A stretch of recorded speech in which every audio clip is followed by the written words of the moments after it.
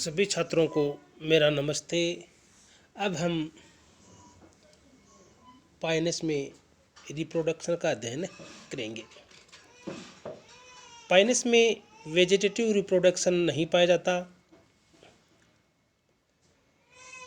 जैसे हमने साइकस में देखा था, बल्बिल्स के द्वारा का एक जनन होता है।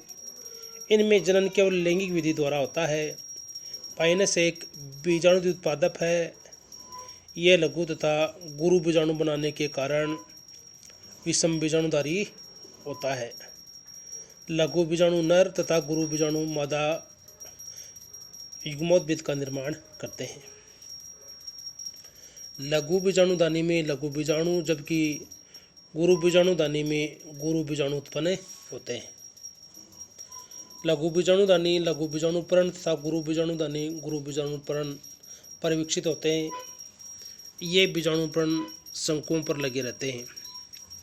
पाइनस का पादप उभयलिंगाश्री होता है, अर्थात इसमें नर तथा मादा शंकु एक ही पौधे की अलग अलग शाखाओं पर उत्पन्न होते हैं। अपवाद स्वरूप पाइनस मार्टियमा तथा पाइनस मोन्टाना जैसे कुछ जातियों में कभी कभी द्विबीजाणुधानिक शंकु भी मिलते हैं।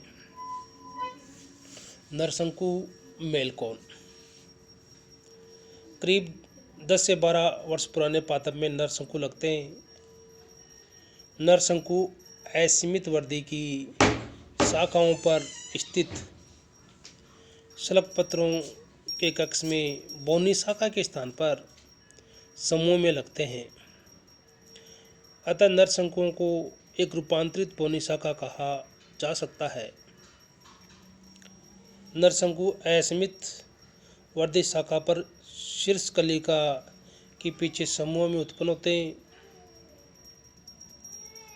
वर्ष के आरंभ में ही असीमित वृद्धि की शाखाओं पर सर्वप्रथम कुछ दूरी तक शल्कपत्रों की कक्ष में बोनी शाखाएं निकलती हैं। कुछ दूरी तक नरशंकु निकलते हैं,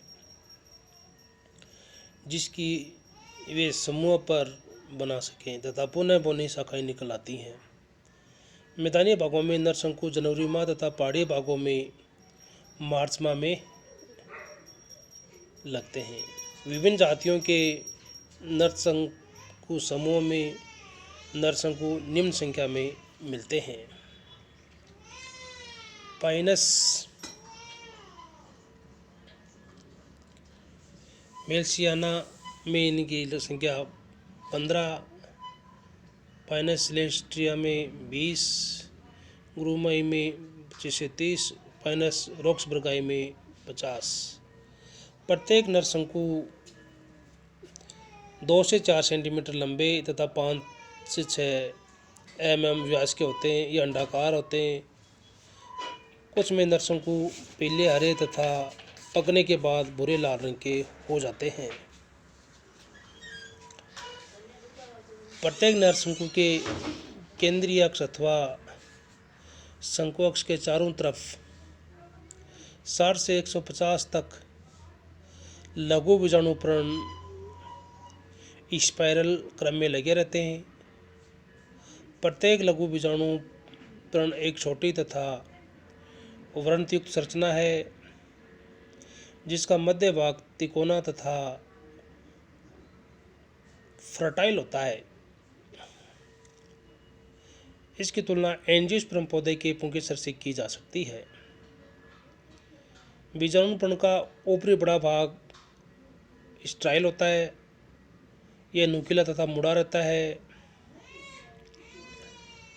इसे अधस्थिपिका कहते हैं। इसके आधार या पक्ष भाग पर 2 लघु बीजाणुधानियां लगी रहती हैं। प्रत्येक नरशंकु के आधार पर कुछ स्ट्राइल शल्क भी उपस्थित रहते हैं।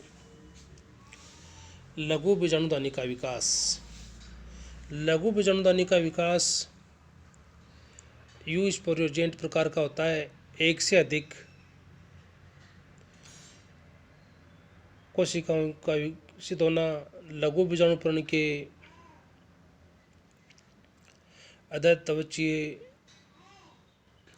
क्षेत्र की कोशिकाएं, जिनमें लघु बीजाणु दानी आरंभिक कोशिकाएं भी कहते हैं। प्रीक्लाइनल विभाजन द्वारा बाहर की तरफ प्राइमरी सेल वॉल तथा अंदर की ओर प्राइमरी स्पोरोजेनस सेल्स बनाती है। प्रत्येक भित्ति कोशिका के प्रीक्लाइनल तथा एंटीक्लाइनल विभाजनों द्वारा 2 से 4 स्तर वाली बीजाणुदानी भित्ति बनती है। इस भित्ति के सबसे अंदर की परत पोषण का कार्य करती है, जिसे टेपिटम कहते हैं। यह बाह्य त्वचा के नीचे स्थित होती है। इस दौरान प्राथमिक बीजाणुजन कोशिकाओं में भी अनियमित विभाजन होने से बीजाणुजन ऊतक बनता है, जो एक पिंड के रूप में मिलता है। बीजाणुजन ऊतक की कोशिकाएं अलग अलग होकर लघु बीजाणु मात्र कोशिका का कार्य करती हैं, जिसमें मियोसिस द्वारा 4 माइक्रोस्पोर बनते हैं। लघु बीजाणु चतुष्क के रूप में लघु बीजाणुदानी में विन्यासित रहते हैं। प्रत्येक लघु बीजाणु केंद्रक अगुणित होता है और प्रत्येक लघु बीजाणु के बाहरी मोटी बाह्य चोल तथा अंदर की पतली अंतःचोल होती है। थोड़े समय पश्चात बाह्य चोल 2 विपरीत भागों पर अतिवृद्धि कर 2 पंखों का निर्माण करती हैं, जो पाइनस का एक विशिष्ट लक्षण है। बीजाणुदानी का स्फुटन।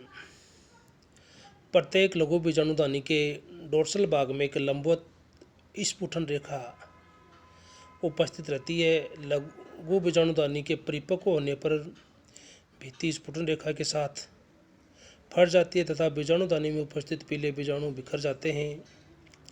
इसके बिखरने पर आसपास का वातावरण पीला हो जाता है। ऐसा प्रतीत होता है कि गंधक की बौछार हो रही है, अतः स्फुटन की घटना गंधक की बौछार के रूप में विख्यात है। तो यहाँ पर हमने पाइनस के अंदर लघु बीजाणुदानी के विकास का अध्ययन किया। ओके।